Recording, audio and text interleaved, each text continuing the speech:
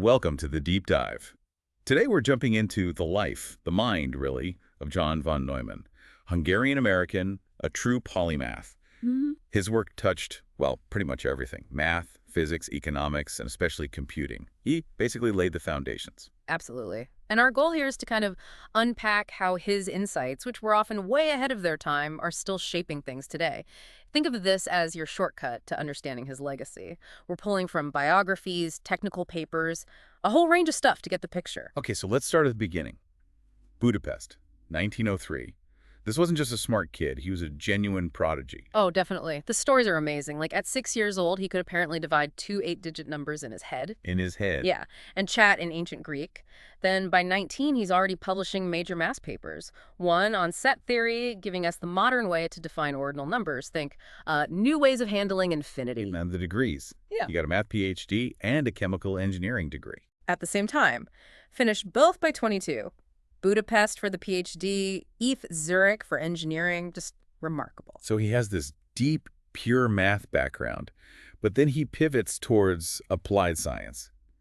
How does that happen? How does that mix lead to something like the von Neumann architecture for computers? That's the fascinating part, isn't it? He saw the practical power of abstract ideas.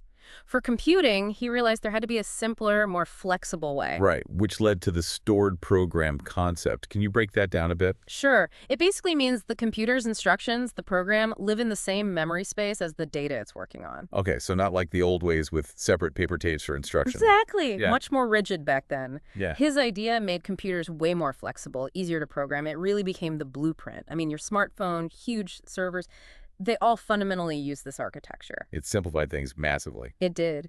But it's important to remember it also created its own issues, like the famous von Neumann bottleneck. Ah, yes, the bottleneck, like a Yeah. traffic jam between the processor and the memory. Precisely. Data can only move back and forth so fast through that shared pathway. It's a fundamental limit people are still trying to engineer their way around today. It drives a lot of innovation, actually. So his impact goes way beyond just the hardware architecture itself.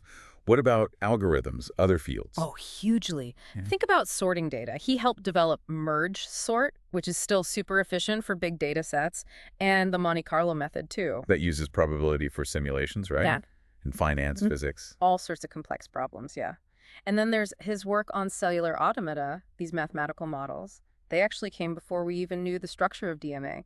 Groundwork for things like AI and robotics, really. It's kind of mind-boggling how much he anticipated. You mentioned anticipating challenges. Right, like climate change. In 1950, he's developing the world's first climate modeling software on an early computer. 1950, wow. And just 5 years later, in 1955, he's pointing out that industrial carbon dioxide might already be warming the planet. And he didn't just observe it, he proposed solutions. He did. Pretty radical ones, like potentially spreading dark material on the polar ice caps to change how they absorb heat.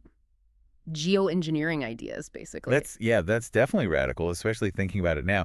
And wasn't he also one of the first to talk about the technological singularity? He was. Again, around 1955, he talked about this ever-accelerating progress of technology leading to a point, a singularity, where human life as we know it just couldn't continue in the same way. That sounds incredibly prescient. And his wife, Clara, she said he feared computers. Yeah, the story goes he feared computers even more than nuclear weapons, which, given his work on the Manhattan Project, says a lot.